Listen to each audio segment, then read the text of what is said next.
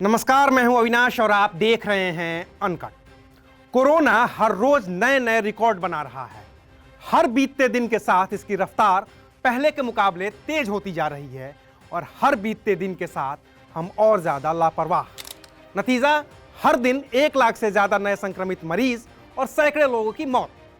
इसे रोकने के 2 ही उपाय हैं, एक तो सावधानी और दूसरी है वैक्सीन। सावधानी हम बरत नहीं रहे हैं तो पूरा दारोमदार वैक्सीन पर ही है और वैक्सीन को लेकर अलग अलग राज्यों से जो खबरें आ रही हैं वो बेहद चिंताजनक हैं। कई राज्यों का दावा है कि उनके यहाँ वैक्सीन का स्टॉक खत्म हो गया है या फिर खत्म होने वाला है। वहीं केंद्रीय स्वास्थ्य मंत्री हर्षवर्धन राज्यों के इन दावों को खारिज कर रहे हैं। इस बीच सवाल उठने लगे हैं सीधे केंद्र सरकार पर कि जब देश के लोगों को ही वैक्सीन सप्लाई नहीं हो पा रही है तो विदेश में वैक्सीन निर्यात करने की जरूरत ही क्या है। क्या है ये पूरी वस्तुस्थिति, चलिए समझने की कोशिश करते हैं। 9 अप्रैल की सुबह 7 बजे तक देश में 9,43,34,262 डोज वैक्सीन की दी जा चुकी हैं। इनमें से फर्स्ट डोज की संख्या है 8,24,56,522, जबकि 1,18,77,740 सेकेंड डोज है। ये आंकड़ा है ऑल इंडिया का, लेकिन देश के कई राज्य ऐसे हैं जिन्होंने ये कहा है कि उनके यहाँ वैक्सीन का स्टॉक या तो खत्म हो गया है या सिर्फ इतना ही बचा है कि 2-3 दिनों तक ही टीकाकरण हो सकेगा। वैक्सीन शॉर्टेज का सबसे बड़ा उदाहरण है महाराष्ट्र का शहर मुंबई। वहाँ सिर्फ 9 अप्रैल तक के लिए ही वैक्सीन बची है। इस वक्त मुंबई में कुल 219 वैक्सीनेशन सेंटर चल रहे हैं। इनमें से 164 सेंटर महाराष्ट्र सरकार और बीएमसी की ओर से चलाए जा रहे हैं, जबकि 55 प्राइवेट अस्पतालों में वैक्सीनेशन हो रहा है।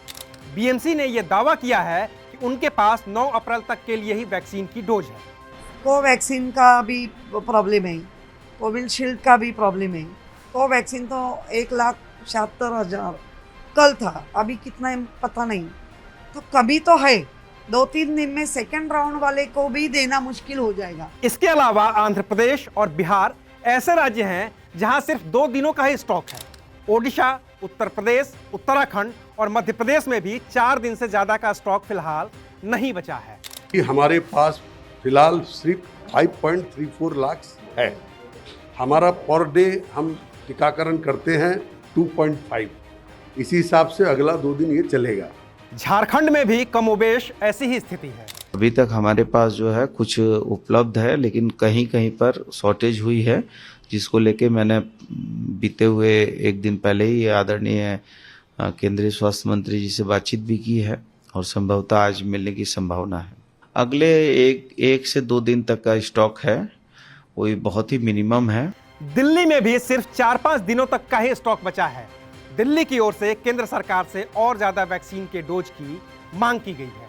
दिल्ली में वैक्सीनेशन ठीक चल रहा है, कुछ वैक्सीन कल मिली है हमारे को और वैक्सीनेशन की अभी हमारे पास 4-5 दिन का स्टॉक है। हालांकि इन राज्यों के लिए वैक्सीन की सप्लाई पाइपलाइन में है।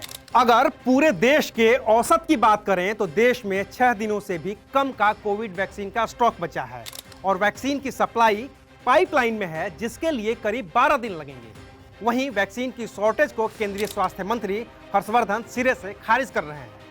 उनका कहना है कि भारत के पास अब भी 40 मिलियन से ज्यादा वैक्सीन की डोज है और राज्य सिर्फ अपनी नाकामी छिपाने के लिए वैक्सीन की डोज की शॉर्टेज की बात कर रहे हैं।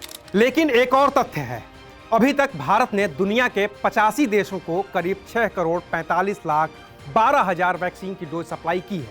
इसके लिए दुनिया भर में भारत की तारीफ भी हो रही है, लेकिन विपक्ष सवाल उठा रहा है कि पीएम मोदी अपनी तारीफ के लिए दुनिया के देशों को वैक्सीन बांट रहे हैं, जबकि उनके ही देश के कई राज्यों में वैक्सीन की कमी से वैक्सीनेशन सेंटर बंद होने की कगार पर है। देखिए राहुल गांधी का वो ट्वीट जिसमें उन्होंने सवाल उठाए।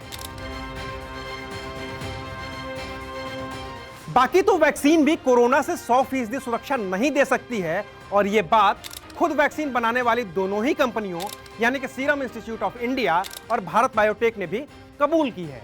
ऐसे में एहतियात बरतना ही सबसे बड़ा बचाव है। बाकी अगर आप वैक्सीन लगवाने की पात्रता रखते हैं तो उसे जरूर लगवाइए, क्योंकि वैक्सीन लगवाने के बाद जिस किसी को भी कोरोना का संक्रमण हुआ है उनमें किसी को कोई भी गंभीर लक्षण नहीं देखे गए हैं और उन्हें अस्पताल में दाखिल नहीं करवाना पड़ा है। वैक्सीन की शॉर्टेज पर आपकी क्या राय है, हमें कमेंट करके जरूर बताइएगा। शुक्रिया, आप देख रहे थे अनकट।